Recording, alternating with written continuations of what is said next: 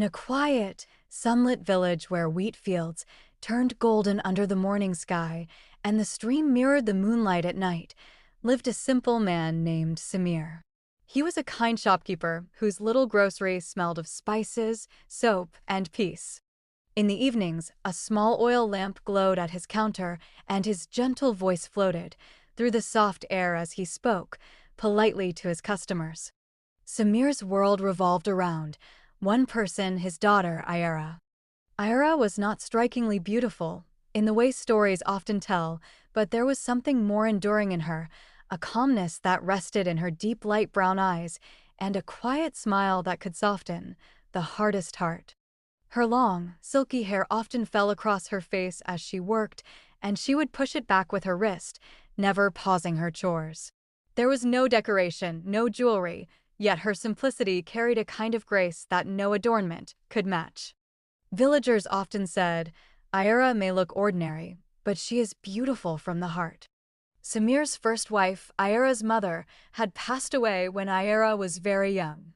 Years later, he remarried a woman named Layla, elegant, sharp-featured, and proud. Layla brought with her a new rhythm into the house, one filled with demands, pride, and control. From this marriage came another daughter, Amara, a lively, pampered girl who got everything she wished for. Ayra, on the other hand, became the quiet hand that held the home together. While Amara played with new clothes and sweets, Ayra swept the courtyard, cooked, fetched water, and smiled through the scolding that filled her days. Layla would often say with a careless laugh, "Amara is born a princess. Ayra must learn to work, that's her place." Samir rarely argued. Perhaps it was weakness, or perhaps he found strength in Ayra's unshaken patience, her ability to stay kind, even when life was not. Every morning, the house awoke to Ayra's soft footsteps. She would light the stove, knead the dough, sweep the floor, and set the shop basket for her father. When everything was done, Layla would hand her a clay pot and order, "Go fetch water from the far stream." There was a well right behind their home, but Layla always sent her to the distant stream, past the fields and under the old banyan tree. People in the village whispered, "Don't go there after sunset." Strange whispers rise from that tree.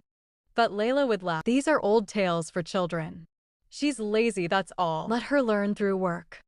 So, barefoot and quiet, Ayra would walk through the dusty path, balancing the pot on her head. Sometimes she would pause to look at a butterfly lost in the tall grass or to feel the cool breeze brushing her face. The path was long, and the air smelled of earth and wildflowers. When she reached the stream, she would rest a while, dip her hands into the cold water, and then carefully fill her pot. One evening, as she bent down, a faint whisper drifted through the wind. "Shall I come out?" Ayra froze. The clay pot slipped from her hands and broke on the stones, water spreading over her feet. Her heart thudded in her chest. The air felt suddenly heavier, the banyan leaves rustling, though there was no breeze. Without looking back, she ran all the way home. That night, even in her sleep, she heard the same soft voice, not frightening, but sad, almost like a forgotten memory, calling her name. The next day, she begged Layla, "Mother, please, may I please use the nearby well?" But Layla waved her off. "Enough excuses. Go to the stream. And take your friend if you're so scared." So Ayra went with her friend Mira. They walked hand in hand, pretending bravery. When they reached the banyan tree, the same whisper floated again. "Shall I come out?" Mira screamed, the pots fell, and both girls ran, crying all the way home. When Layla saw them, she laughed cruelly. "Pathetic. Scared of a voice? Work harder, not weaker. Tomorrow you'll go alone." The next evening, the sun dipped low, painting the sky in red and gold. Ayra walked to the stream again alone.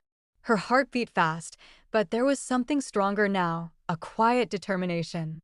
She sat beneath the banyan tree, her pot beside her, and looked up through the thick branches. The wind whispered through the leaves, and the sadness she carried inside broke free. In a trembling voice she said, "Mother, you left so soon. I try to be good, I try to stay kind, but it's so lonely without you." The air stirred gently, and the same voice came again, soft, close, almost within her heart. "Shall I come out?" This time, she did not run. With tears and anger in her eyes, she whispered back angrily, "Come out then. Let me see who you are." A faint golden light shimmered beneath the tree, rippling through its roots, like a sigh after centuries. Something ancient stirred, a warmth, a freedom, and then the air went still again.